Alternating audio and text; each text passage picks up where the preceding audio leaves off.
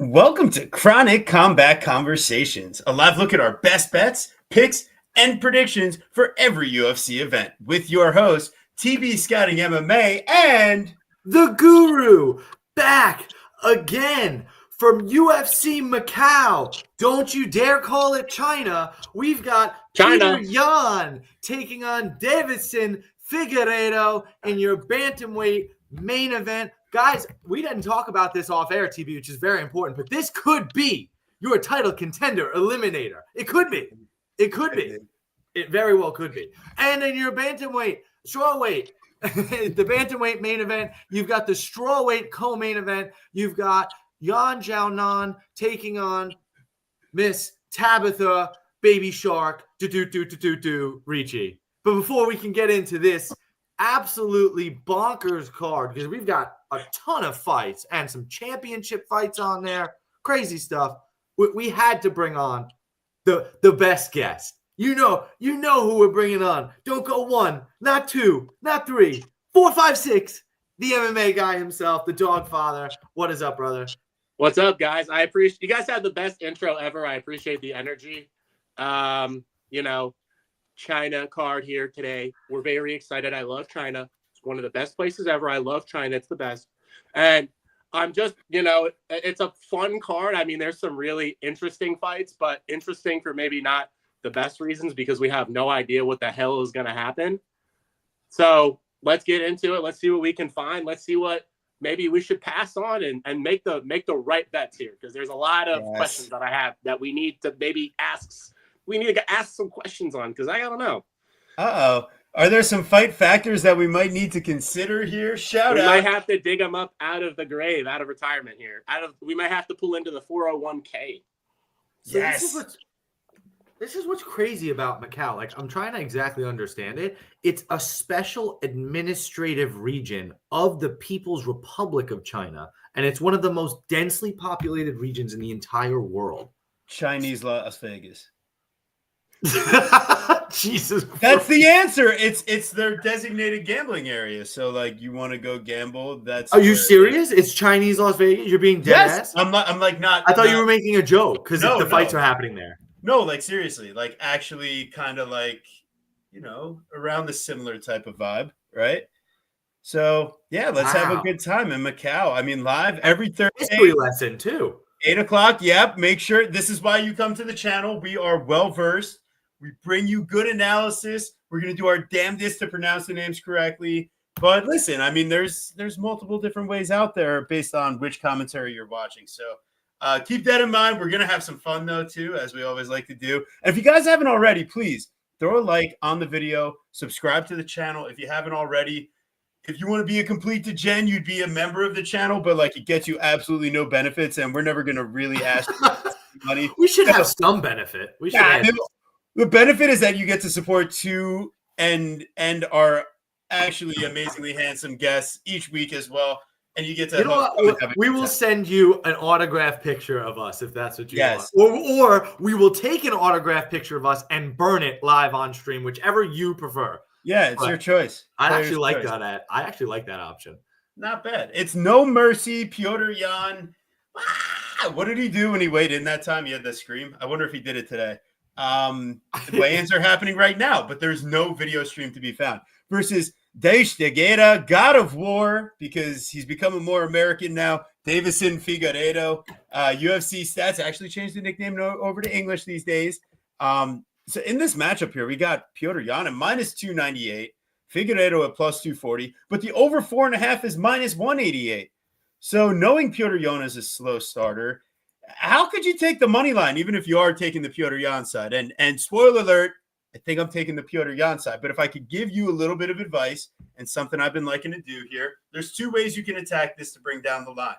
It's Piotr Yan and over 1.5, Piotr Yan and over 2.5 same game parlay, or wait for the fight to start. Wait for Davison Figueiredo to look sexual as hell for 7.5 minutes, and then Piotr Yan's going to turn it up. And I think he's going to have the more volume, especially over rounds 3, 4, and 5. Figueiredo can't bring the type of volume wrestling threat that has slowed down Jan's output in the past. And while the damage is definitely great, I mean, it's not like Figueiredo has a huge height or reach advantage, which basically every single Petr Yan opponent at 135 had in the past. So I think Yan having the height advantage here is actually pretty hilarious because he's not used to that. But the reach does go to Figgy, but just by an inch. Like Yan is used to way worse. He's used to having to get a lot more early reads. And Figgy, I don't see him really picking up steam as the fight goes on here. While he definitely has talented wrestling and grappling, like Jan's scrambles are absolutely elite. So I got to take the Yan side. I think we can get a way better entry once this fight actually starts. But I do like the over 4.5 of minus 188. Like Figgy is difficult to finish. I think at 135, he's going to have the cardio, and he should hang in the fight here. So I'll take Yan and the over, plus a little live bet action. Guru, what are you thinking here? Yeah, I mean, you sum that up pretty much exactly the way it needs to be summed up. I'm not really sure what else there is to say. Minus 300 for a reason. No, I think you just did a fantastic job. I mean, the live entry is an obvious spot. Petr Yan going to take off round 1 to download. But for that exact reason, maybe Figgy, all he needs to do is win 2 and 3, and maybe then it's too much. So, with that being said, if we expect the fight to go the distance, which I kind of do, to be quite honest with you, I like Davidson Figueiredo by decision at plus 460. If the fight itself is lined to go to decision at, nearly 2-1 clip. Yeah. Or it's a cute so idea. I mean, I just think, or a split decision. I have no idea what judges are going to be there in China. So it's very, very dangerous. I just don't know. But Petr Yan did sign a new contract. Yep. I would imagine, though, I mean, I guess it's tough. It's really a win-win situation for the UFC, right? Do they really care who wins? Like, Figgy's a fairly marketable champion, has already carried cards. Yan is, I guess, also your former champion. Yeah. All right. Yeah, I mean, ultimately, we're leaning the Yan side here. Not too enthusiastic about the price, but no. I wrote Yan 4-5 decision as my best bet before I could see prices, and I see price now as minus 125. Like, that's what you guys want, and I'm just not enthusiastic about it. Dog, father. Yeah, I mean, I kind of agree with the sentiments. I mean, the biggest concern, though, is Jan's gotten injured in his last 2 fights. He showed up to the Merab fight hurt, and then he got injured towards ACL, MCL in the first round of the Song Yudong fight. And he's back 9 months later. He's clearly kind of a bit shop-worn these days. I'm really not interested in the price at all, especially pre. I actually lean this fight to finish inside the distance. I think, Yan has historically been a really good pace guy. And, Figgy is relatively durable, but we've seen him almost get pace in the Moreno fights at 125. And that's obviously like a pretty high outcome here with Yan, who's, a slow starter, but he does pace guys late. You see in the Aldo fight, I could see this looking like the Aldo fight late here. And Figueiredo does have finishing equity early in this fight when he's fresh. He pops big power. I mean, a lot of folks were looking at the Rob Font performance like Rob Font was washed, but really Figueiredo still's got some pop at 135. I mean, he made Font look, washed. And then he shows up to the Phillips fight, and he honestly looked pretty good. I mean, Phillips looked awful, but, Font showed that he still has got a little bit of juice, a little bit of gas in the tank left. So, I think Figgy, for, the concerns that we still have in a 5-rounder at 135, I still think he's a very dangerous fighter. And I have seen Yan susceptible. I mean, he's been hurt. He hasn't really, he's faced, Aljamain Sterling, who's like a dangerous grappler, but I actually think, Figueiredo's a little bit more violent. He's a little bit more dangerous with his grappling. He has, a wider array of submissions. And when he does get on top of guys, he does have pretty good control. He's got a nasty guillotine. I've seen him choke guys out in a variety of ways. So yeah, I could see, and he's got big power. I mean, he's one of the first guys to actually drop Cheeto Vera on his ass. So I think that, this fight ends up being relatively violent, and I actually lean it to end inside the distance. I think it's probably still plus money. The total actually opened at Pick'em. And money's been coming in on the over.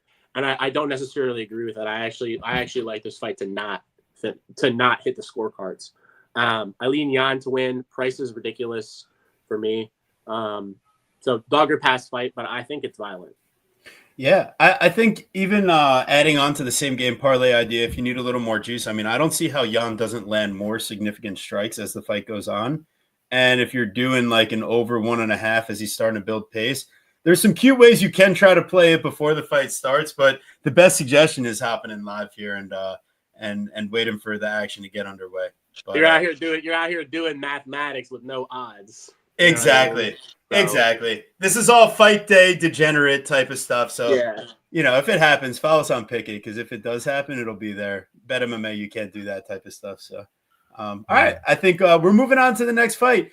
We move on from the main event where we actually have Petr Yan, and now it's Petr Yan Xiaonan versus Baby Shark Tabitha Ricci. Minus 198 on the Yan Xiaonan side, plus 164 Tabitha Ricci.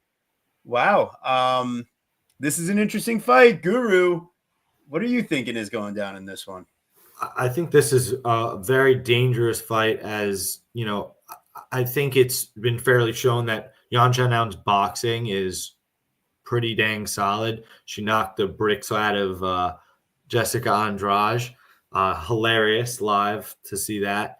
Tabitha Ricci has just been like, I don't know, sloppily grinding her way towards wins that she arguably doesn't win. I mean, how many has she had now? The Hill fight and the Pennington fight, and then the Godinez fight shouldn't have been a split, but it was. So there's just been like some questionable things going on. You gave Yan Xiaonan the worst nickname. I don't like it. I just, at the same time, you just see two people or two, athletes with careers going different directions. Tabitha Ricci, I think they're obviously pushing her and they're giving her a very solid chance here. When Yan Xiaonan, who has not shown fantastic takedown defense, and I'm not even necessarily just talking about the last fight, which was the Weili Zhang drudging, which, if you thought Yan Xiaonan had a chance in that fight, and she still, honestly, I thought she did a pretty decent account of herself, even though I really didn't think she had a great chance to even do it. So I just think when you can give up these takedowns and it's a possibility, I just don't think Tabitha Ricci is going to stop. So with her relentless pace, she even lands more on the feet, even though her striking is disgusting. So I got to lean with the dog here, but it's going to be tough. I can't imagine main and co-main both go dog, but you never know. I do lean Tabitha here, though. What do you guys think? Father of dog, tell me, what do you have? Yeah, I like Ricci here a lot, actually. And I understand the concerns with, Jan's footwork and her athleticism. But one of the things that I think Ricci does a great job is if everybody talks about her winning every robbery decision. And when I go back and rewatch every fight, I'm like, I don't really think this is a robbery at all. I think it's just a close fight at the end of the day. And she does a fantastic job at making fights close. And one of the biggest things that she does is she has great optics. She's always pushing the pace. She's always moving forward. She's always the one dictating. She does a great job at dictating the fight. And Yan doesn't do that. She's going to skirt on the outside and move around and try to pick her off at range. And if Yan is doing that, she has to do it, for 15 minutes. She's got to stick and move for 15 minutes without ending up on bottom at all here.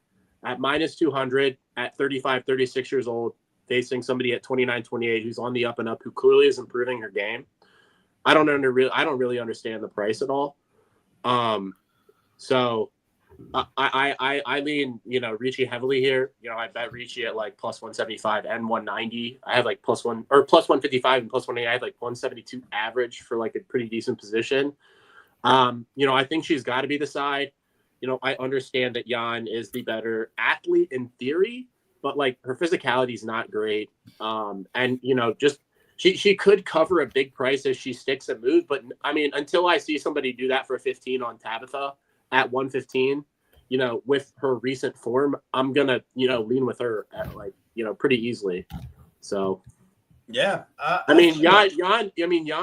I understand that Ricci's wrestling isn't great, but if you look at some of the positions that she got on Hill and Pennington, and even Robertson, Jan's going down.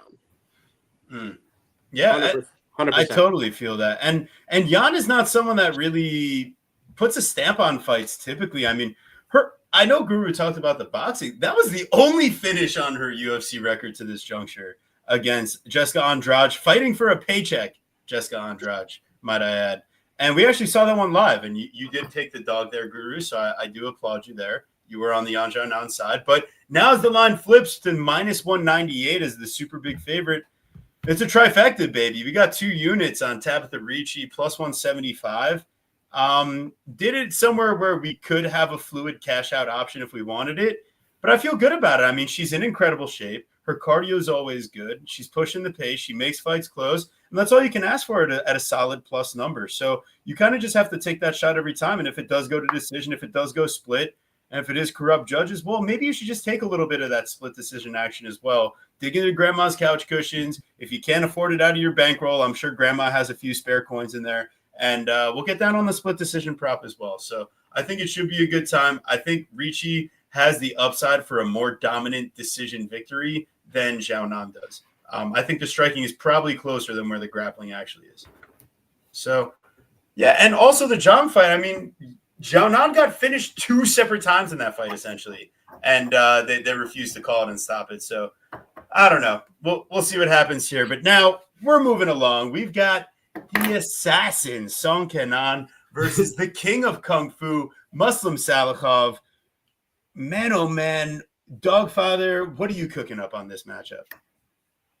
I'm not cooking anything. I got the burners turned off right now. Whoa. You're telling me you don't want the Journey Chinaman Song Canan versus 49 million year old Muslim Salikov?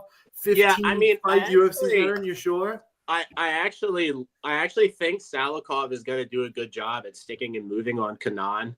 I think Canan just doesn't have the footwork to keep up with Salikov. I think he's going to be able to just kind of stick and move on him for 15. And if he doesn't get knocked out, which is seems like a big if these days, but I don't know. I just feel like that, he's that Canan just doesn't have the athleticism or, the speed to really do anything. He just kind of sits back and tries to counter strike.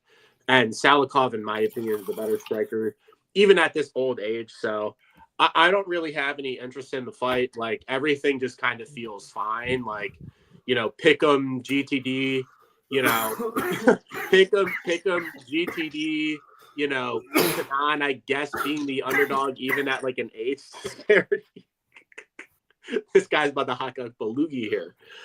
Am I not muted? No, you were just I don't know what you're doing. What the fuck? Here. It should be muting me.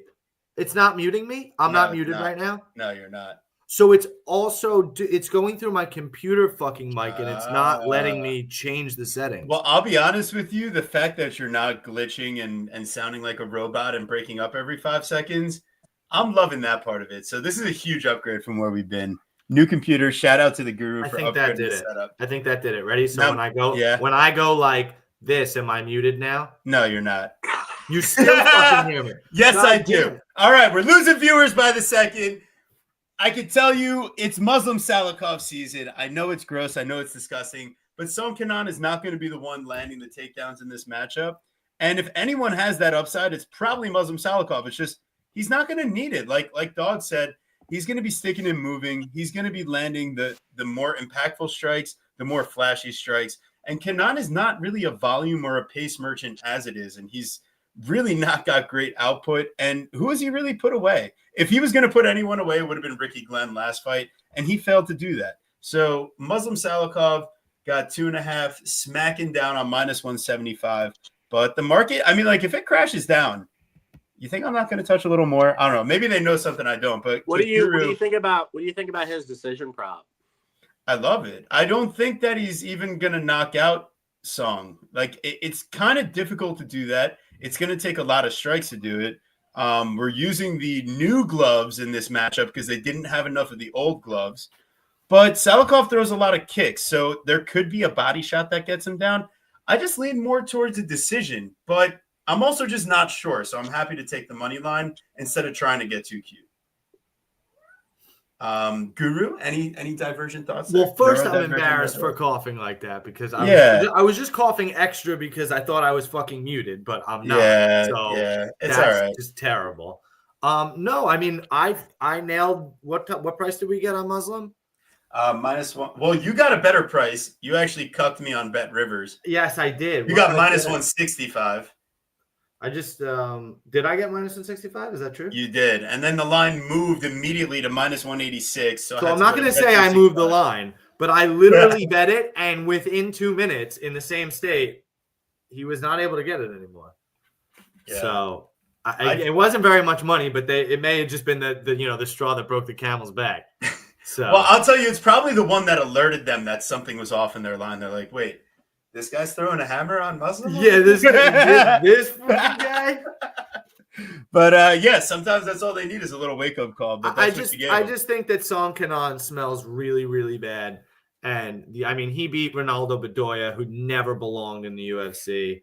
And it almost feels like, again, a lot of these, Song Canan is just kind of being used for place. This is just a fight to take place, right? Like, they're not really trying to do anything here. So Muslim still got it. I don't know. I don't know I don't know what his diet is, but the man is like 95,000 years old, but he only fights like he's 46. So he definitely has a chance here. Fair enough. I was just looking. You're probably going to need a reset of some sort just on the browser or something. It seems like there could be a glitch, but YOLO, you'll just have to do a manual mute. And we're going to go ahead because it's Muslim time. It's time for a party. All right, we're moving on. We've got Wang Chung it's not Wang Kong tonight. Everybody Wang Chung tonight is the proper pronunciation. So that's what we're going to do. We got the Joker versus Gabriela Fernandez. This, I think, what's understated in this matchup is the grappling advantage of one Joker. I think while her Muay Thai is really solid, and that's a bit of what she's known for, watching her on the regional scene against people that don't know how to defensively grapple, she's punishing from top position. And she is able to kind of flow through. And this is against low-level competition. Well, what if I told you Gabby Fernandez still has absolutely zero technical takedown defense or defensive grappling at this stage in the UFC? So while I'm not going to go ahead and play -950 or anything, I don't know. The submission could be potentially interesting from like a narrative perspective. She's got a few of those on her record. And looking at the price is +400. Her decision is -120. So if you think she wins inside the distance, the under 2.5 itself is +135. And you probably don't need to get much cuter from there. You don't even need to take a side. What if Gabby finishes her? So I don't know. I guess I'd lean towards an under, but I feel like I should probably just, consider things a little bit before I get too excited here. Guru, do you have any different thoughts than that on this fight? That was crazy. Yeah, I don't know. This is really fucking scary to me. If she doesn't finish this chick in round 1, what the fuck what is happening here? Because she'd have to literally just smother her and sit on top of her for 15 minutes. Otherwise, it's just gonna look way too sketchy. There's just no way. So gotta go roll with this under. That's crazy. Yeah, I think your cat was interested in that one too. That's Loki. Loki. All right, Doug, what do you got in this matchup, if anything? Yeah, I don't really know what to think of this fight. Obviously the price is ridiculous, but at the end of the day, like Kong Wang is like an elite, K1 style kickboxer. And Gabriela Fernandez is just a strong Brazilian that throws a body kick.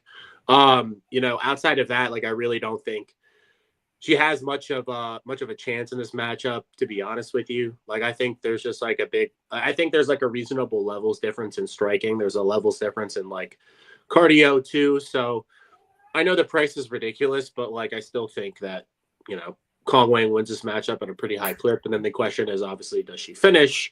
And I just don't know. You know what I mean? Like I've seen her, not finish. I've seen her, not finish, Amine Hedaya and, Wu Yanan, Victoria Leonardo's super chinny. I've seen her run over some bums. So it's like, I don't think she's this like insanely potent finisher at this level, to be honest with you. Like, I think we've just gotten some highlights on the reel and now all of a sudden she's priced like she's, I don't fucking know. Like, she's priced like an elite level finisher, but when I go back, I don't see that right now. So I lean, overs and Kong Wang decision, actually. Gabby's super tough. She can deal with the high pace fight. She's relatively durable. I actually don't mind the submission angle because, like, I'd be surprised if she just, like, one punch KOs her. Like, I actually think, like, a club and sub is live because she'll go to the guillotine. I don't mind the submission angle, but the price sucks. It's like, it's terrible. It's not great. It's a terrible price. Like, it's plus 400 for like what? Like, why? Like, why? Yeah, they're all over it. KO is plus 270, and the sub is what, 400? Yeah, it's really honestly like it's not a great price for like a cheeky angle, No, it's not. It's not even a cheeky angle. They're all over it. Exactly. It's disgusting. So I'm just fully passing on the fight because like it seems like a setup spot, but like I really think that Kong Wang isn't that big of a finisher. But I also don't want to pay. I don't know. Minus 175 does seem tempting because it's still like women's 125 and Gabby is pretty tough. So True. At the end of the day, I don't really rate Kong Wang as this like highlight reel finisher that we're seeing. So Gabby's split. Come on. I mean, that's probably her path, right? So yeah. I mean, take as much equity as you want out of her money line, but in terms of like implied probability, it's like what plus 625 is what, like fucking 10%. Okay, like just take that at the end of the day. Like there's so many ways that she could like a fight can finish. It'd be hilarious if you played the split and she won like Kong Wang stubbed her toe and then she like got TKO'd. So that'd be hilarious. But yeah, I mean I'm pretty much passing all around, but I am leaning over as in like Kong Wang decision, to be honest. Nice. Yeah, it leads me to believe I'll be passing. And then I'll throw down a small bet right as the fight's about to start and be sad. On the sub or something. Just to exactly. It's going to be gross, but there's definitely not going to be a track bet for me on this one. Maybe early subs are good, like sub 1, sub 2, because Kong Wang comes out pretty hot. That's the thing, and if she doesn't get the finish fast, it's just not happening. I don't expect it to happen late due to attrition, like to your point. Well, the question is, would there be no time? We got no time. Volkan Ozdemir versus Black Jag Carlos Ulberg. I mean, plus 190 now on the Ozdemir side, minus 230 on the Ulberg side, over 1.5 at minus 200, under 1.5 plus 154. I think we got time here. Guru, what do you think we got? I don't think we have any time. Oh, okay.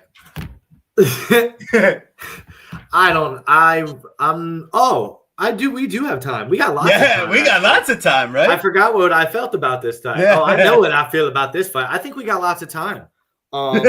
You give me those new old new gloves, the ones that everybody says don't knock people out. You give me those gloves, and you give me this stupid fight, and I got this fight to go the distance at plus 160. Oh, baby. So that's a ticket you just gotta have, because Carlos Ulberg's knocking dudes out that, I mean, I don't know, just don't have the level of striking acumen that Volkan Ozdemir does. And obviously, I definitely am concerned about his chin. Who wouldn't be? But I feel like if he gets into a little bit of trouble, he might just resort to that wrestling, which actually could be a factor here. Yeah, it could be interesting. And the other thing is that Ozdemir, he has shown to have a bit more time in the octagon recently. He's not necessarily just going like into absolute like bar brawls in the center of the octagon. He seems to be a bit more calculated and like almost afraid of gassing out at times too. Like he doesn't ever really push like a crazy high pace anymore. He's just like calculated in his shots. He's got nice calf kicks from range. Ask Alexander Rakic about those. He's got some wrestling, ask Paul Craig how that went for him. And Mr. Johnny Walker and Bogdan Guskov. It's just at the end of the day, this is a step up from those type of opponents. And we're going to see Oezdemir up against like an athletic disadvantage in this fight. He's probably going to be the slower guy, at least early. Now, if they're getting into exchanges in the pocket, I do think Oezdemir has a good counter game. But if Olberg's able to work off the back foot and counter, I mean, we could just see a staring match from a low volume output affair. And that's where I think the over comes into play because a lot of guys are just running face first into the strikes of Olberg. Like Negumereanu had relied on his chin for so long until he hit someone that had some real precision off the back foot. And then Alonzo Menifield was like, I'm going to go take this guy down. And that didn't work out well when his face got met by the brick of a hand. It's just Oezdemir is going to have a bit more time than that. I think he'll settle into it. I did touch Oezdemir at like plus 240.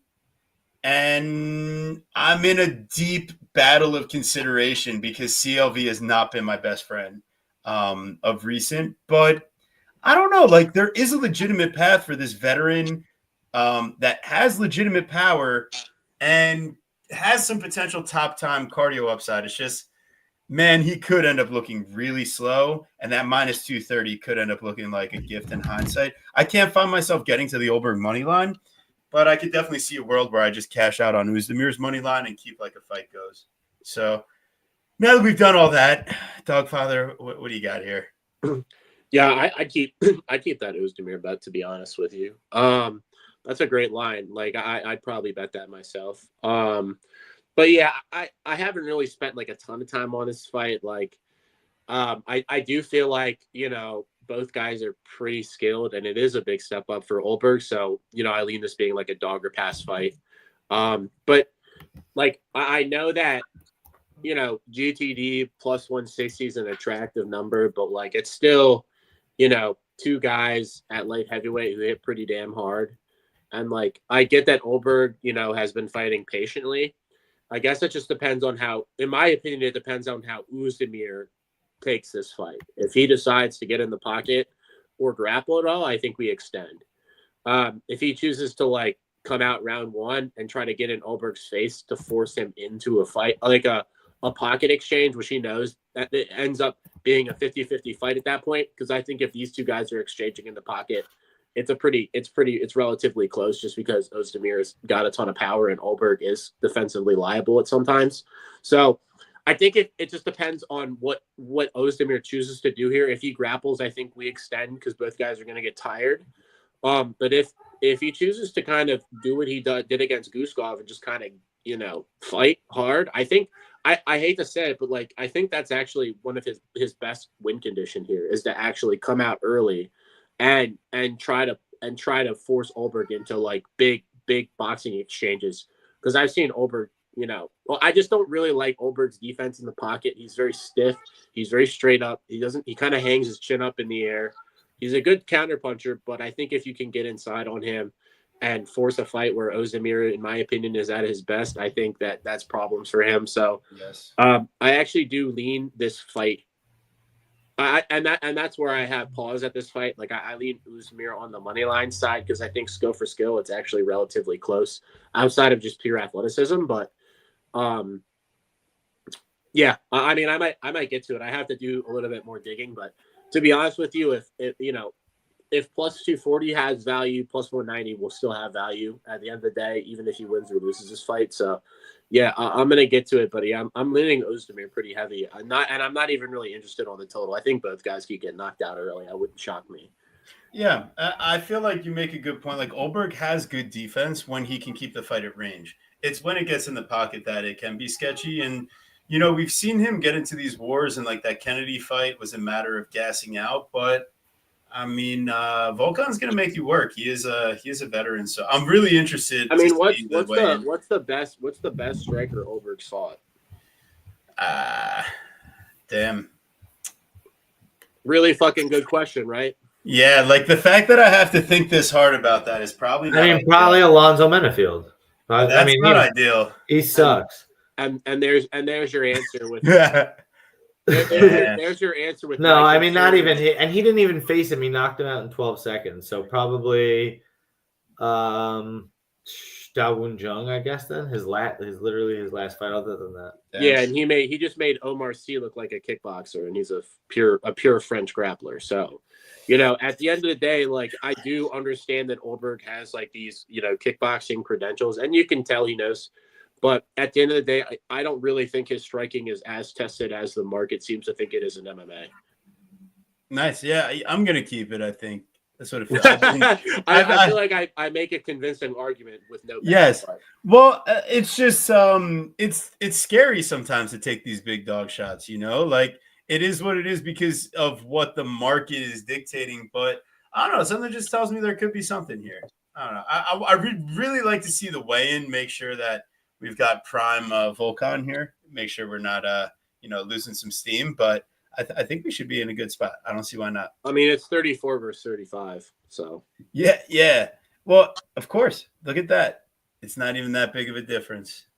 Interesting. All right, we're moving on. We're live every Thursday. You're here with us now, so make sure you do the right thing. Throw a like on the video. We're having some fun. It is an elite panel. We're having a great time. This is what the conversation is all about. So if you guys are enjoying it like our friend Forrest, you got to run to that like button. So big ups to Forrest. All right, we've got the Mountain Tiger, Zhang Mingang versus the Maniac, Ozzy Diaz. I mean, it's not pretty on either side when you start digging into what some of their wins and losses look like. What I do know is that we're in for an absolute dick-swanging contest in the middle of the octagon here. And I just have a feeling that Zhang Mingyang is going to come out on the right side of it. But I'm not really trying to find out at minus 340. So, Guru, are you going to take the under 1.5 at minus 245? Or do you think you might sit this one out? Absolutely. I need that chalked up. No. With these new gloves, are you kidding me? I mean, that is an angle, but I don't know. I feel like if you're taking Zhang, I mean, you really have to do maybe not even round one. What's his round one knockout? Like, I need that one specific. That's plus probably 135, 150. I got plus 145 here on FanDuel. Christ. Yeah, no. I mean, he's won them all that way. I mean, Ozzy, no. Yeah, I just watched Ozzy Diaz tape, man, if I'm being honest, like just a few minutes before the pod.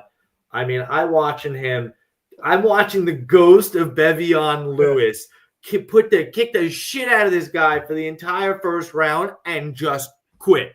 Run out again. I mean, that's what Bevion Lewis always did and still now always does. He kicks his ass for 5 whole minutes, and it's in Brazil. Like, I mean, the crowd is going crazy for Ozzy. And Bevion kicks the shit out of him for the first round, and he just completely gasses out, has nothing left.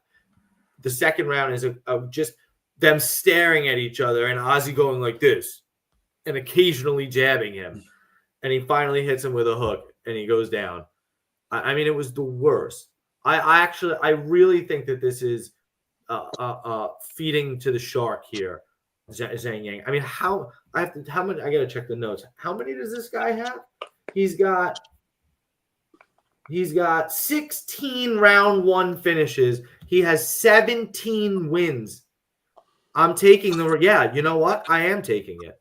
Nice. And I might not even get greedy. Maybe I do just go round one in general, plus 110. But like, what the fuck? Why not? Say it with your because chest. I mean, tell me the odds, right? If he has 17 wins and 16 of them are round one, the odds of that's like minus 1,000 or better. It's pretty significant. So yeah, I get it.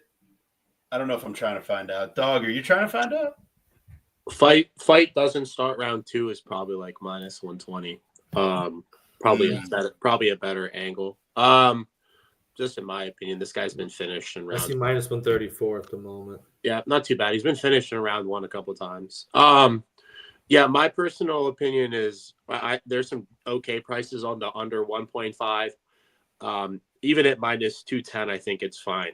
I've seen Ozzy Diaz knocked out or dropped in several fights. Yeah. And even if So bad. He dropped by the last dude. What's his fucking name? Campbell. Campbell. Chad, Oh my that God. dude is 40 years old. Two times. It was so bad. And a questionable stoppage. Not really. But no, I mean, he was done, but he got tired from beating him up. Yeah. So it's like, at the end of the day, I know it's like just a terrible price. It's probably, to some people, it's probably overpriced. But to be honest with you, like, it's pretty predictable that these guys are probably going to swing unless Ozzy decides to do something completely different and just like run away. But even at that, I don't see him lasting much longer at 205. Like he's been a 185er. And, he's being brought in here, across the world to probably just have a slugfest. And I think I saw some minus 200 on the under. I think this finishes at I think the under should be like minus 300, 1.5, honestly. Like, oh, damn. It's hard to not watch this Zhang Yang guy fight and be like, oh, wait, but here's the question. Here is the question, and everybody wants to know. We need to do the timeline. Did he fight in the new old gloves? Oh, yeah, he fought Bredson Ribeiro. I don't know. 298.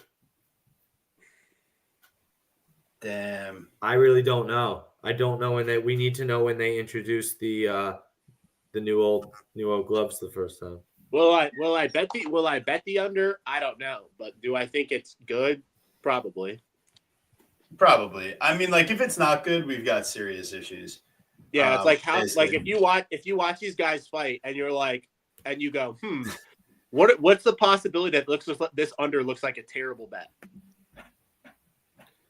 That's just kind of how I came out. It's like I can't I couldn't see like, dude, it was the old gloves. I'm thinking about it. Ilya Topuria, Volkanovski. Think about it. Neither of them were wearing fucking gold gloves. That wasn't a fucking thing. Yeah, I don't know. He knocks him out with the old gloves, bro. I'm nervous. Yeah, but it was all his regional tape too. It's not like he's got a long storied career of durability and staying safe. Like, these guys are gonna fight like idiots in the middle. If you want to fade it, go ahead. Worst things have happened. I said I liked it. I'm just spooked. Yeah. That's all. I know. I get it. But we can get spooked about everything. Yeah, you can get spooked about everything. All right. I do get spooked about everything. Yes, you do. We've got Grizzly, Beargang, Gissi versus Sooyoung Jiu-Jitsu. Man, this is it, man. Now we're getting into the nitty-gritty. We've got Beargang. Are you team Beargang? Grizzly, Beargang? Because if not, it might be Jiu-Jitsu City here. I was kind of thinking the size on Beargang's side was, he seemed to have a bit more power. He has a functional game in general. Like, he can wrestle a little bit, he can strike a little bit, and it's just like not convincing enough to really feel confident in his overall skill set. And Jiu-Jitsu, I think, even though he's given up a ton of size here, he is a really solid fighter just about everywhere. So I don't want to take it at minus money, though. I'm not willing to find out that way. So if I'm like feeling like a certain type of way on some of these like road to the UFC finale fights, it's going to be a dogger pass like 500%. There's such a great chance that this fight goes the distance. And there's such a good chance that we get a split decision here as well, because both of these guys can do a little bit of everything. And the size just might be enough. And if he lands like one knockdown here, a little bit of top control here and a scramble, like, this thing just gets sketchier and sketchier. So I lean towards the Gissi side, but the line moved. I jumped in at plus 125, saw some movement happening, jumped back out. So I don't know. I'm not confidently on one thing or another here, except the idea of sprinkling a split decision. Plus 350. There you go. Not bad, right? I'm in. I think that's actually a pretty good line. Not bad.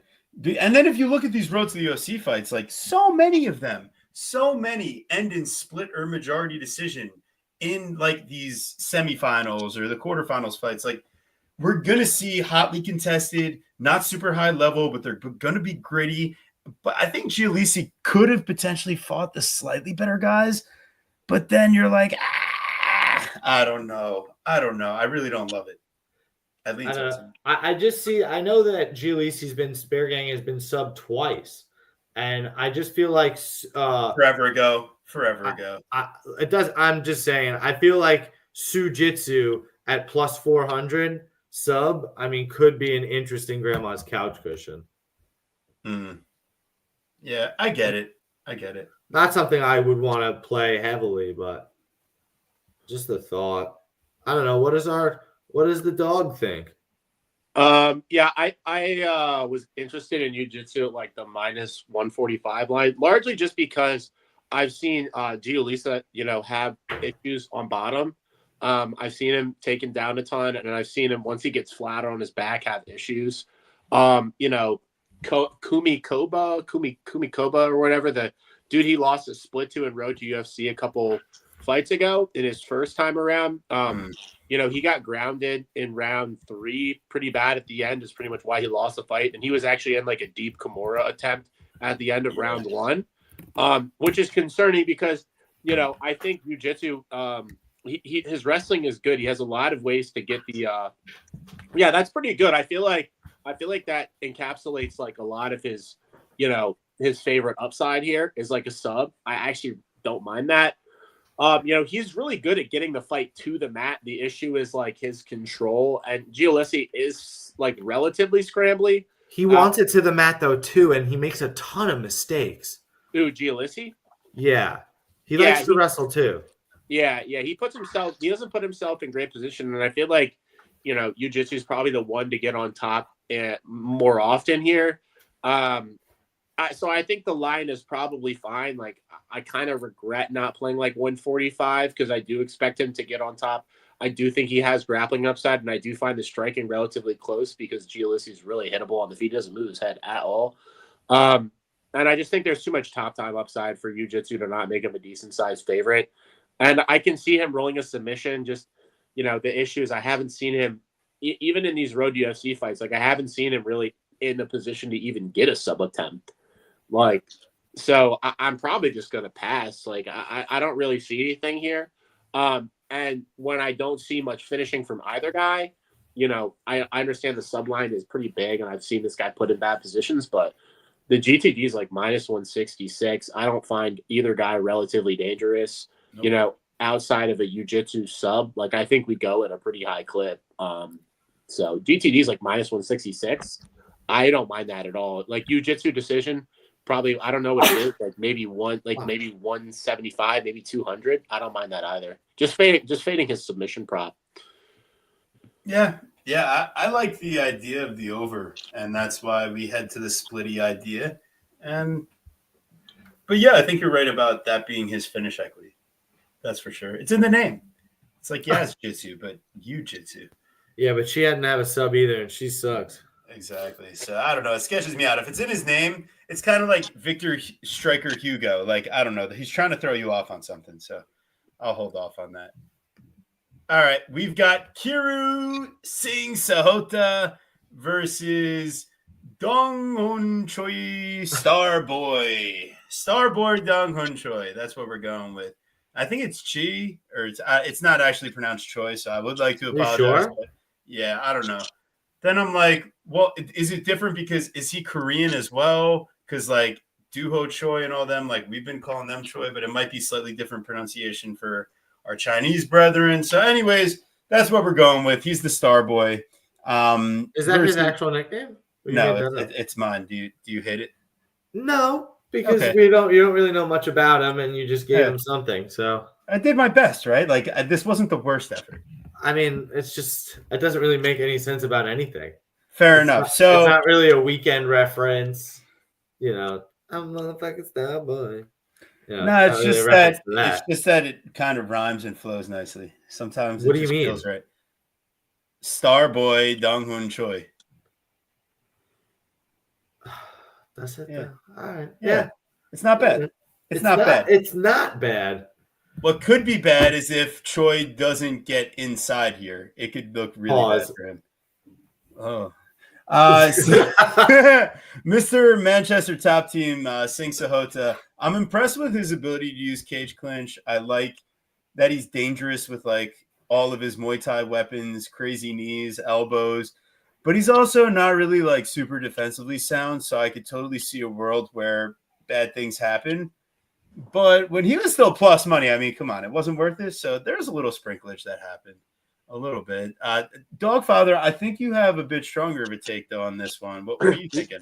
No, I don't have like a strong take. I have a Okay. bet on Sahota at plus 132, which I thought was a good line to play. I would pass at the current price, but you know, largely I think Sahota maybe evens or slight favorites fine. Like he's hittable, he has his issues. Both guys do. You know, Choy's hittable too. He's pretty small, and Sahota's huge. He uses his range decently, kicks, you know, long punches. Both guys' cardio is fine. Choy definitely has more potential. Like you can kind of tell he's got more power. He's got better hardware. You know, he switches stances and moves well. I mean, the guy's a pretty solid fighter. I think he needs to kind of, you know, round out his game, you know, maybe put on some size, some physicality in his game, improve his striking defense. I think both guys do. I think Sahota at just this point seems like a little more put together. You know, he's got a long IMAAF career. You know, he's only been finished twice in his long amateur and pro career. And, you know, I think he's just going to have a little bit higher output here. As long as he doesn't get knocked out and get clipped a couple times, like I think he wins like a relatively competitive decision. But, you know, I'm not uber confident, you know, saying that he wins this fight at a high clip because I don't think he does. But it just kind of, you know, ends up being like a competitive fight. And, yeah, I feel like as long as he's not getting rocked on, you know, multiple occasions, I think this is like a 29-28 for Sahota. Just on him, you know, being able to, you know, pick up the pace a little bit higher early in this fight and kind of, you know, extend, you know, more volume. So that's kind of what it comes down to me. I mean, Sahota maybe minus 125, maybe 55% is fine just because of the size and the better level of competition historically speaking. And the both guys have issues, so it's kind of like a shit show fight. So yeah, I'm not too passionate on either guy at this price though. Even the total seems like kind of sketchy too. Guru? Yeah, a lot of good sentiments here. As you guys obviously are aware, TB and I got the Sahota at dog money, so I'm not as interested with him as a favorite. I think Dogfather's breakdown was excellent. Sahota is fairly hittable. It's kind of a problem. He doesn't really have very good head movement. He doesn't commit to strikes very often, and he's kind of in a staring contest. He doesn't use his size very well at times. He really just kind of wants to clinch randomly or push up against the cage.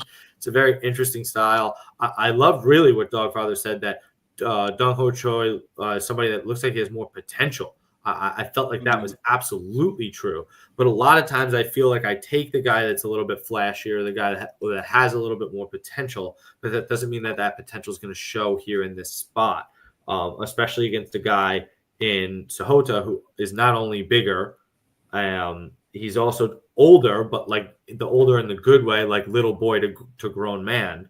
And he's also little boy to grown man in that he's 5 inches taller and 7 inches of reach. So got to take Sahota.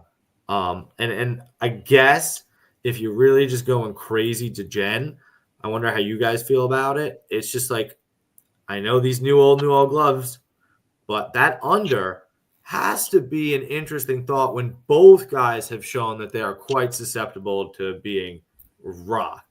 But at the same time, they're both kind of fairly low volume, so I'll be getting to sleep nice and early, waking up, watching this from a comfortable place. Guru, however. Oh yeah. Listen, I had plans, but they had to change when the casino gets involved. You know what I'm saying? Go watch at the sports book. Be a complete degenerate. That's some extra money. I'm gonna be asleep. Solid. We're all meeting in the middle, one way or another here. We've got all bases covered. The hay is in the barn, and nothing that I do if I watch these fights or not is going to change the outcome. So that's fair. I've been doing pretty solid on the live betting aspect, so I'll be there. You'll find me there.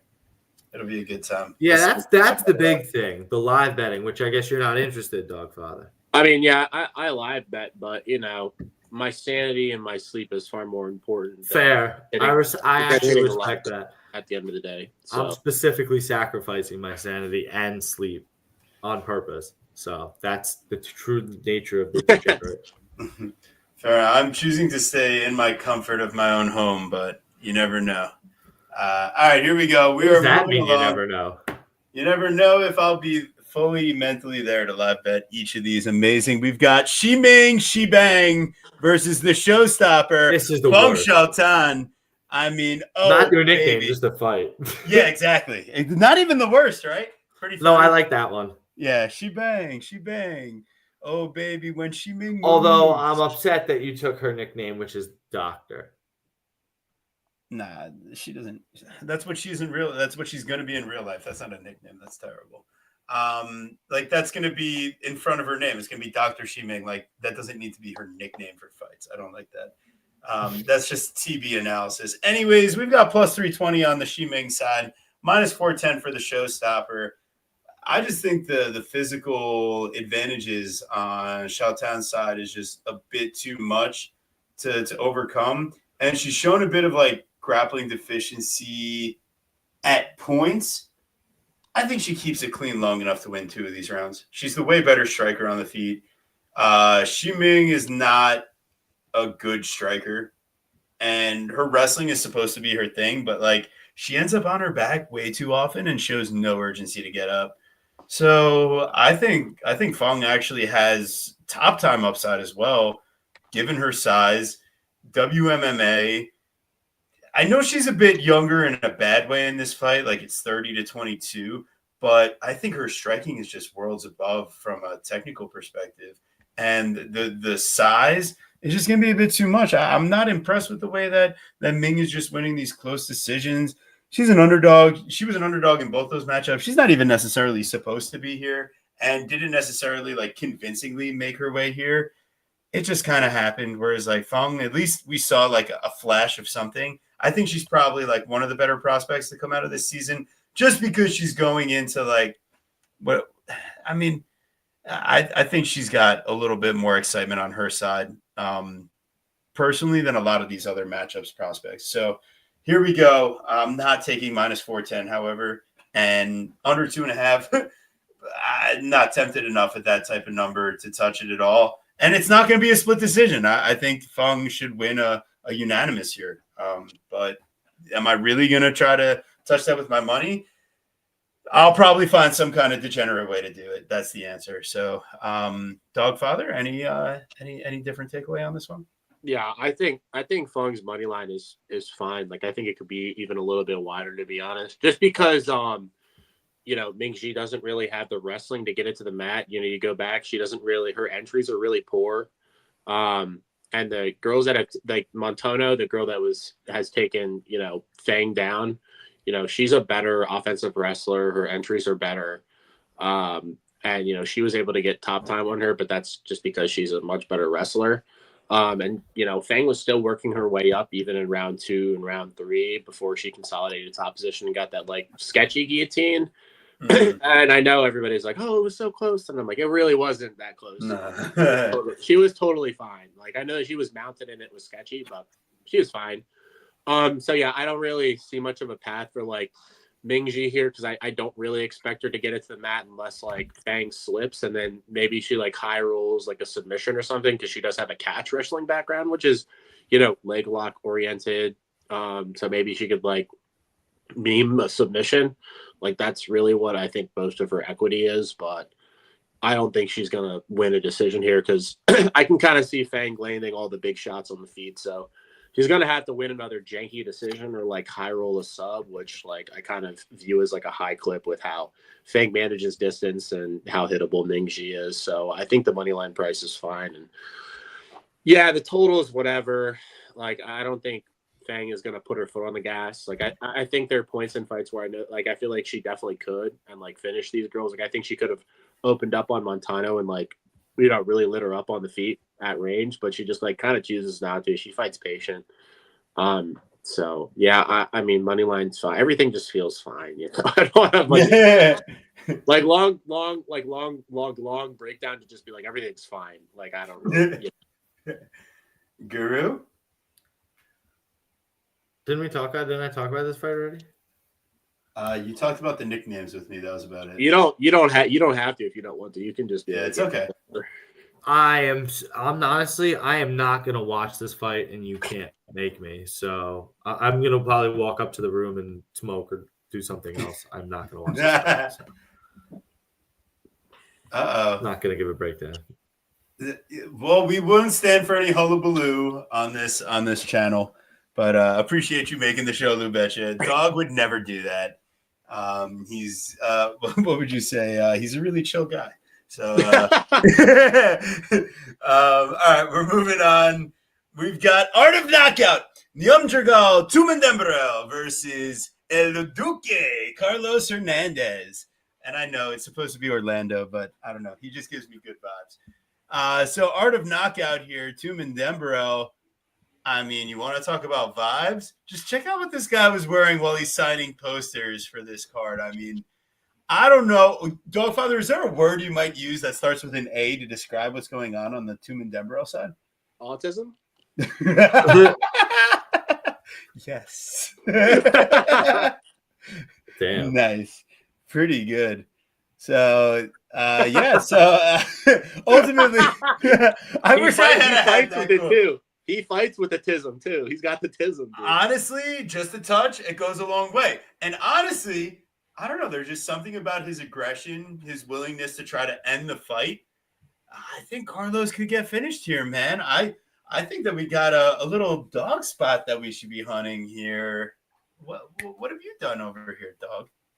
Yeah, I mean, I can't. I actually played the Mongolian at like plus. I actually played him at like plus 180 when the price got like a little egregious, in my opinion. Like, I get that Hernandez has a lot of grappling upside. Like, this guy's an absolute mess on the mat, especially when fights get to round 2 and round 3. But you know, he once the fight starts and he gets back on the feet, I mean, he's right back into trying to hurt you again, which is if the guy's really bad on the mat, at least I know he's aggressive when they're on the feet and he's going to be trying to land damage and finish the fight. So, with the age disparity, with this guy off a year layoff, he's only 25, turning 20. He's just, 25 to 26. I mean, we can see big improvements. Even like physically, he looks a little bit better in his in his fight kit. He's had an okay gym, some decent guys in one.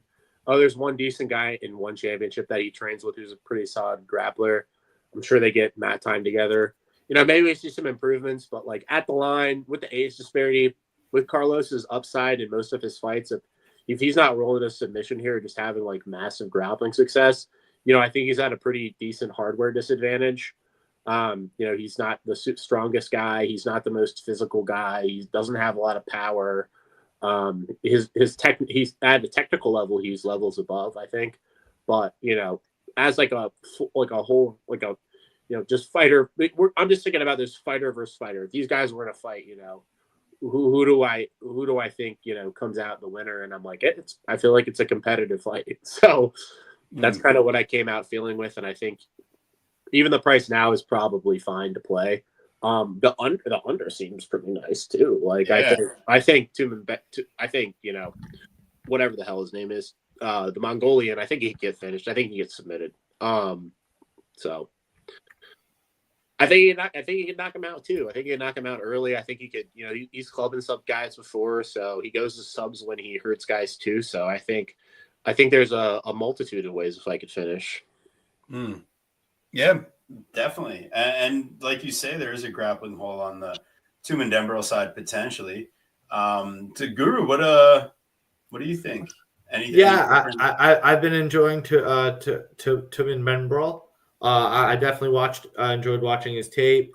I think he's the guy with the finishing upside in this fight. Don't really like too much of what I've seen from Carlos Hernandez. He's lost 3 of his last 4, right? Is that accurate? Yeah.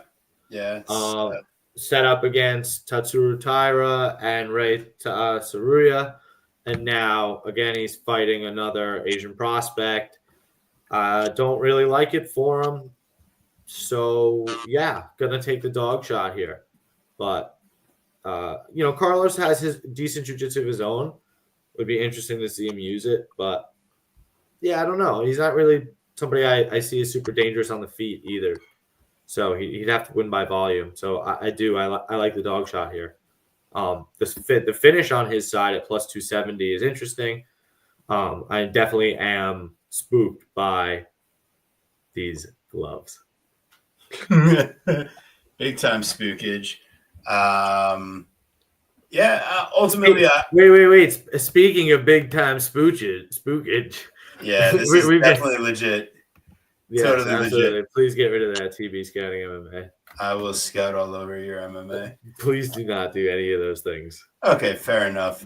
We'll move on. We've got Lonier the Loner Kavanaugh versus Jose Calzapur Ochoa. This is going to be a banger of a matchup. There's no two ways about it. I think the line's way too wide, but I think Kavanaugh definitely has a few paths to victory.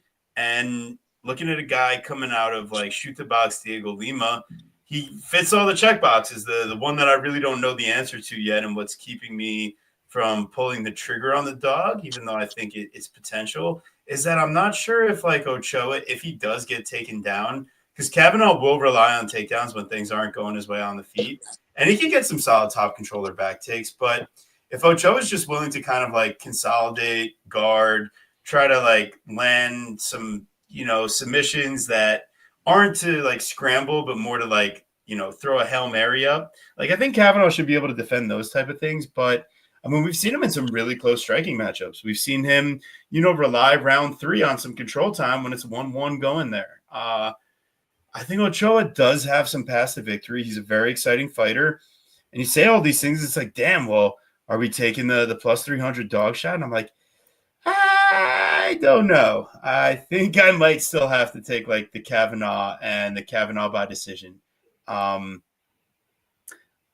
just something's telling me. But Ochoa here, I mean, the dude is impressive. I think he's got a legitimate path to victory too. So I could be making a mistake by passing, but that's what it is. How do you feel about this, TB? It's an interesting detail. It's fairly obvious. He was supposed to fight on Dana White Contender Series against Jack Duffy, and he was the one to withdraw. So I'm not sure if it's visa issue. It says withdraw, so it might have just been visa issues or something to that effect. And now he gets the fight, which is essentially a Dana White Contender Series fight here against Loner Kavanaugh. Ugh. I mean, that's like right. Isn't that an interesting wrinkle? It's like he's not assigned straight to UFC guy. I mean, I guess he kind of is, but like at the same time, it's like, he's not a short notice guy. So this is a matchup they've been planning. Loner did not have another matchup. Loner, however, is from the area. He's from... Yeah, I mean, so he's technically like part Chinese, but he also says he's from England and born in England, and he has the Chinese flag in his bio. So yeah, so I don't know. I mean, if anyone's getting the decision nod in that regard, if we're playing that game, it would be Loner. But we've also seen people in home countries just not get the nod, and it didn't matter. I don't know. Fight starts round 3 is minus 148. Fight goes the distance is plus money. That's what I like. That's what I really like here. I think Kavanaugh finishing that hoe very quickly on contenders is kind of moving the line towards a place where I don't quite understand it. I like it to go.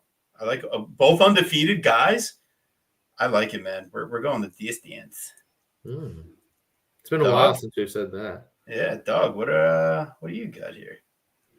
Yeah, I mean, for me, I kind of just feel obligated to bet Ochoa, and I have 330, 322 average, and it just comes down to like it's a bet on Ochoa. It's not a fade on Kavanaugh. I think Kavanaugh is a really solid fighter, man. I think he's got potential. He's special. His hands are so fast. His left hook is nasty. He's got grappling. I mean, the dude's just a prospect. But when I'm looking at Ochoa, I'm like, oh wow. I pop on the tape and watch him fight, and I'm like, damn, this guy's pretty good. I mean, you can see some improvements, even like, obviously a lot of his tape is like 19 and 20. You know what I mean? So you kind of have to take it with a grain of salt. You kind of have to watch his last fight, like look at the improvements. He's been on a decent layoff. They wanted him in the UFC. They booked him on Contender Series. They gave him a UFC contract without even fighting and put him in this spot. Like, I think this is just like a prospect versus prospect matchup. I mean, he's one of the guys at Shuto Box. Like, Charles has been in his corner.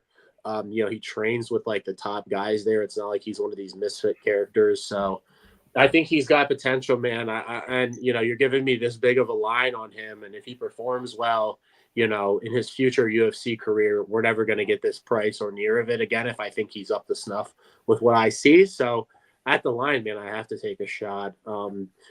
He's got good kicks, good distance management. I think if they're at like extended range, like in kickboxing range, deep kickboxing range, I think he's going to, manage his distance and, kick and teep and, stay out of the pocket where he shouldn't be. And I think if they're in the clinch, I like his clinch game. He's going to be bigger here. I like his knees and elbows.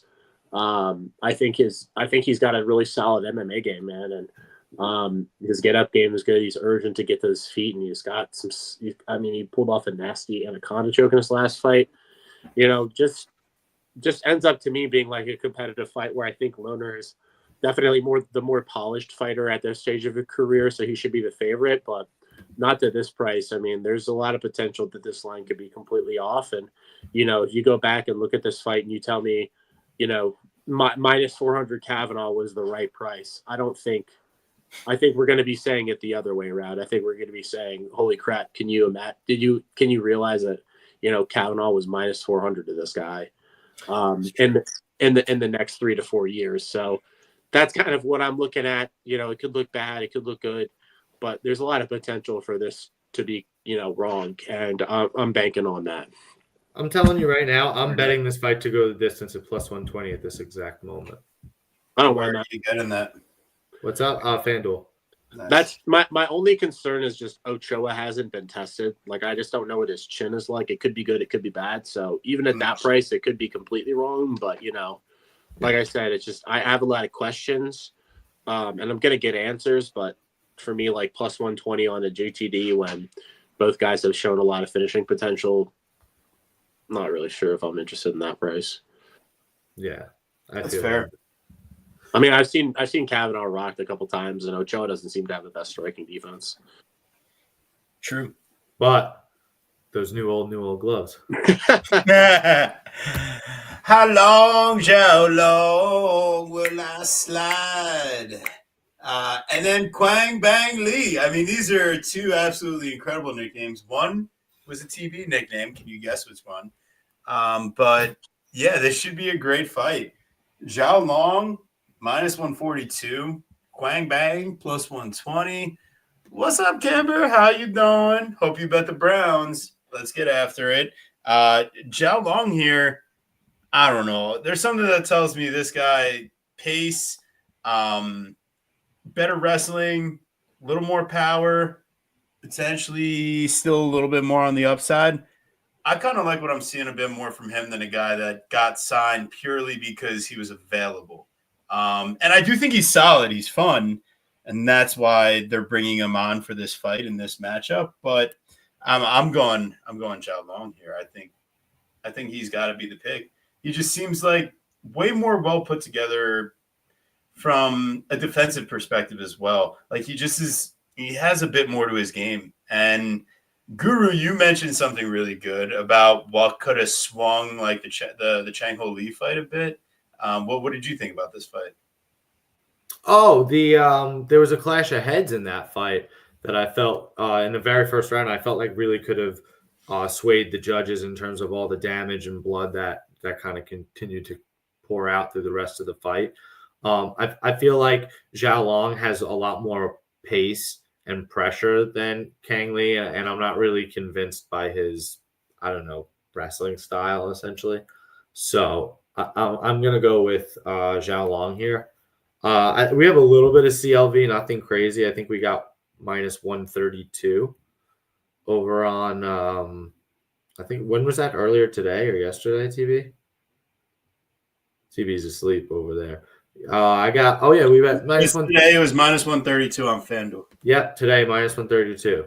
Earlier today, FanDuel. There you go. Let's give it to the dog. Yeah, I mean, I played Long Jiao, but I think Quang Li is the more skilled fighter. I think he has better skills. I think his striking is better. I think his jiu-jitsu is better, and I think the wrestling is probably evens. But yeah, I mean, at the end of the day, at the price, I just think the pace that Long Jiao fights at and the potential wrestling upside. I mean, he's a pretty good counter grappler. People were expecting, this Cheng Ho Lee guy to have a lot of success. And as soon as he got to one dominant position, he got immediately reversed and got his back taken instead. So that was pretty impressive to me. And, that guy has much better cardio than Quang. I've seen Quang slow down in the Sal Guerrero fight. For one of his fights, he's been extended. I mean, if he's not finishing, like all his fights seem like they're going to be relatively close. He's finished a bunch of jobbers in LFA. So not really too impressed with his game. I mean, he was picking to like a couple of these guys in LFA that like it's like you go back and look at it and you're like, I can't believe I'm getting a pick'em price with like a guy who, in my opinion, is like UFC caliber, I think, and Zhao Long. So yeah, at minus 129, I was fine with the price, just with the age disparity and the pace. I think it should be like minus 150 though. It's not like a huge position because he's really not that good. But he has some advantages in this matchup. So I do really think this like GTD is at a high clip though. I think, I don't know what it was. I saw like minus 160 earlier. Like I think that's fine. It's pretty much just fading a Quang Li finish. Like I think I don't really know what a Zhao Long finish looks like here.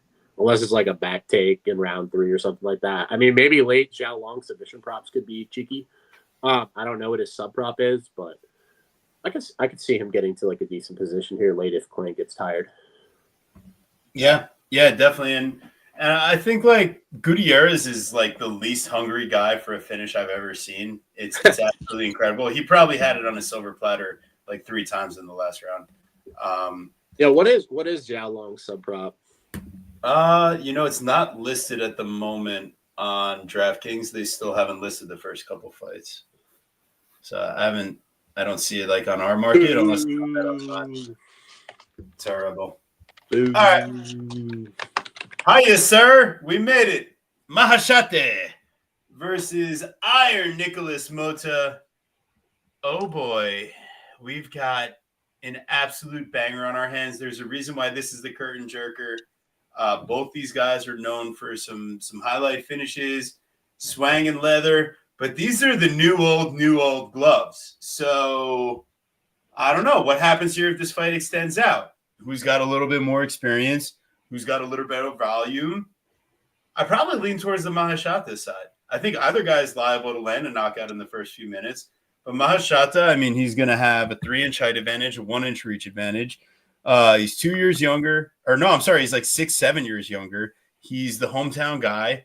And he's getting someone that's very much round 1 finish, or it's not looking so hot in Nicholas Mota. So I'm going Mahashata, but I don't know that I necessarily need my money on it because, I don't need to take him as a 2-1 favorite here because, one, I don't know if he's going to win a decision or win by finish. And if it does go to decision, I expect him to land higher volume, and I expect him to get the decision nod. But I don't know. It's not something that he's necessarily done at a high level previously. It's just if the fight's going over, are you necessarily feeling great about what Nicholas Mota is probably doing in the fight? I don't get those vibes. So I think Mota does come in great shape. So if anything, I lean more towards an over, especially over 1.5 at minus 154. I don't know. I'm going to pick Mahashata. I'll probably find a way to get some money down on this before the fight starts, but nothing is screaming that. Oh, yeah? You're going to find some way to get some money down at 3:30 in the morning? 3 in the morning? You're going to do it? Definitely. Good. That's what I like to hear because you better be texting me, ho. Jeez, this guy. Or at least we better be FaceTiming then. Oh, jeez. Oh, jeez. I want to see what you're doing in that bed, Skater. This guy likes to make eye contact while he's touching himself. It's really sketchy. Oh, my God. Jesus Christ. It's an important part of it. Yeah, listen. Yeah, especially when you're in the sportsbook in AC. I know. It's very important. Mahashata is a lot taller. I like his ability to, control the distance at times and use leg kicks. He should have good counters. His footwork could give Moda a problem. And like you said, TB, I'm not exactly convinced by Moda's gas. Finishing Van Camp and Tom Nolan is not exactly the best sell. As that being said, going life or death with Mowgli Gabriel Benitez is not exactly the best sell. Yeah, I don't know. I don't love Mahashata at nearly 2-1 there, but I do feel like it could be just the classic fly the Brazilian out to China to lose type spot. So could be quite interesting. So I don't know. Over 1.5 is kind of interesting, especially with these new old gloves. Yeah, so I was kind of thinking, but kind of scared. I don't know. Dogfather, is there any? Oh, look at that guy. Look at that majestic feller over there. That's a handsome feller. That's a father of dog if I've ever seen one. Look at that little boot. Good guy. All right, so what do you got here? Are you going with the dog? Was this the dog showing up at just the right time, or are you saying hi, yes, sir? Are you barking? Nah, we're just chilling. But I feel like Moda's KO. It's got to be a lot of his finish equity. I mean, he kind of slows down. He kind of slows down in fights, and I feel like Mahashate has a little bit more weaponry at range. He's the bigger guy. He's the younger guy. Moda's been chinned a ton of times too, but he also cracks. I mean, he's a great counter boxer, and Mahashate kind of like leaves his head up in the air to get cracked. So yeah, I mean, I lean like unders, but I don't really trust Mahashate to finish that at like that high of a clip, because it's like the only time I've seen him really finish is he's got like a great right hand. Like he's got a piston of a right hand and maybe some flying knees and stuff, which I could see him landing like a right hand or a flying knee. But man, I'm not touching an over with this in this fight when Moda's honestly he's just flat out chinny, and he hits like a truck too. So I lean unders, honestly. So on unders, like Moda KO 1 is gotta be juicy. Moda KO 2 maybe as well. It's like I'm sure like KO 1, 2 is like 550, 500. I mean, that's gotta encompass a lot of his win equity here. And I like it. I mean, it can't be that bad. So yeah, that's kind of how I'm seeing the fight. Unders, maybe fight doesn't start round 3 at like a pick 'em price could be pretty nice too. I like that. That now that the over's taken some money, maybe because I think the fight doesn't go like minus 220. Maybe I can get like a fight doesn't start round 3 at evens. I mean, I like that. Both these guys can both. I mean, Moda's a hitter and he's also chinny. So, I mean, I can't play anything to go GTD or over here. Yeah, glass cannon makes it difficult. Yeah, I mean, he wasn't finished by Ogden. Like, Ogden can't strike at all, though. Yeah, but Ogden was outstriking him too. Ogden was Ogden was jabbing him up at range. He's just frustrating and awkward. Yeah, exactly. That's his whole game. So, I mean, yeah, I don't know. I mean, it seems like a more competitive fight than the line indicates, in my opinion. But yeah, I agreed with that. That's why I was like, I didn't know if I originally was kind of maybe thinking the dog shot, but I can't do it. Yeah, I mean, I think if you're gonna play Moda, it's like KO. Just play KO, play early KO, play his KO straight up. It's like plus. I'm sure you can find. I thought it was like plus 400 on FanDuel maybe. I mean that can't be that bad for a dude that hits this hard. I mean, and we've seen Mahashate knocked out before. I mean, he's the last guy Slavikov has put in the dirt. So exactly. It's true. It is true. Yeah. So yeah, that's how I'm seeing the fight. It's Moda KO, or it's just to me it's like Moda KOs, inside the distances and finish props, and then leave it at that. I don't want to touch anything to GTD or even Mahashate. So dog or pass fight, and I'm leaning violence. Yeah. Yeah. All right. Well, I can dig it. We hope Listen, to see hey. you guys at 3 a.m. Be like Rob Thomas, man. Go over on X, go over on Twitter, like and subscribe that show, man. I mean, retweet that show. What do they call that? Share it? They're calling it share it now. The kids are calling it sharing. All right, we got to get Uncle share it June around. to bed. This is bad. Yeah, I'm done, dude. I'm We're totally losing cooked. Uncle June, man. This is terrible. We got to get him That's his medication for what I did might shoot you in the belly when you shoot over that gabagoo.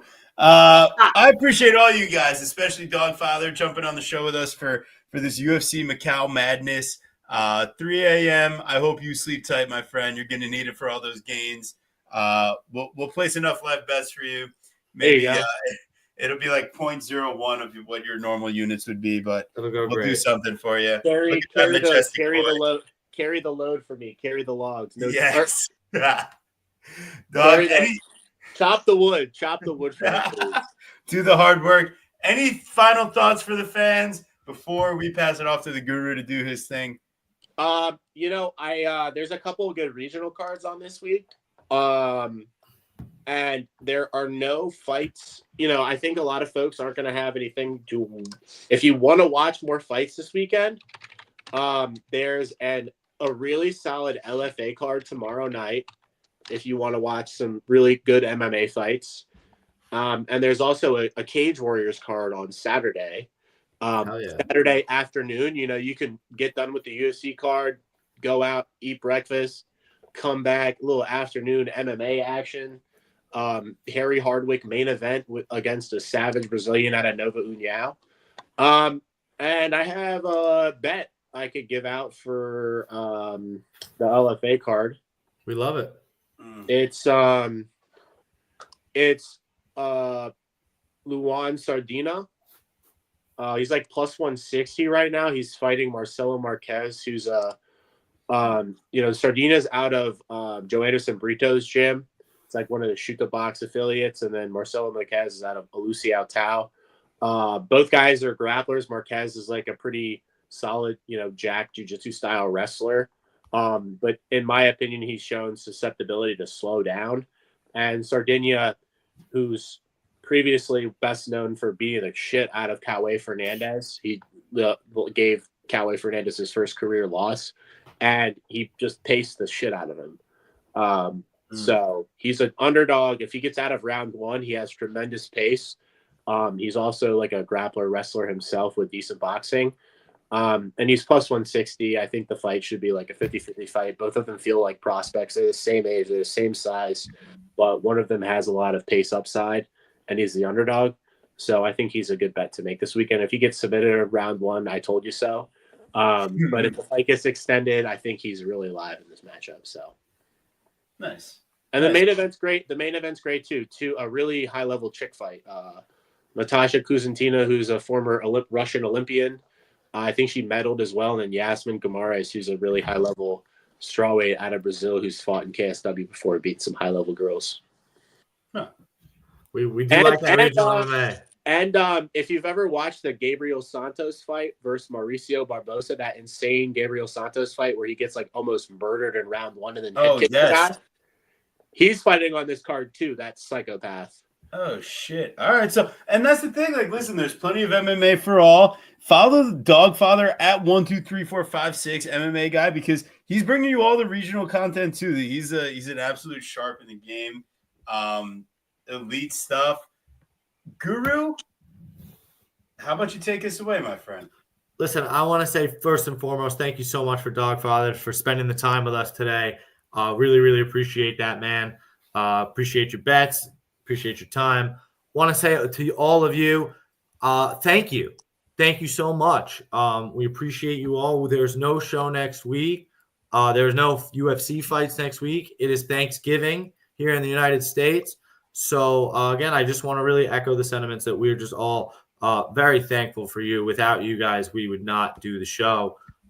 We love putting it on for each and every one of you. We appreciate each and every one of you who like, share, show up here each and every week to listen. So thank you. Thank you very much. And we will be back in 2 weeks for the last pay-per-view of the year. Only 2 cards left for the year, guys. We've got UFC 310, Alexandre Pantoja taking on Kai Asakura, former Ryzen champion. Going to be really, really interesting. We've got lucrative MMA coming on, so you know it's going to be a doozy.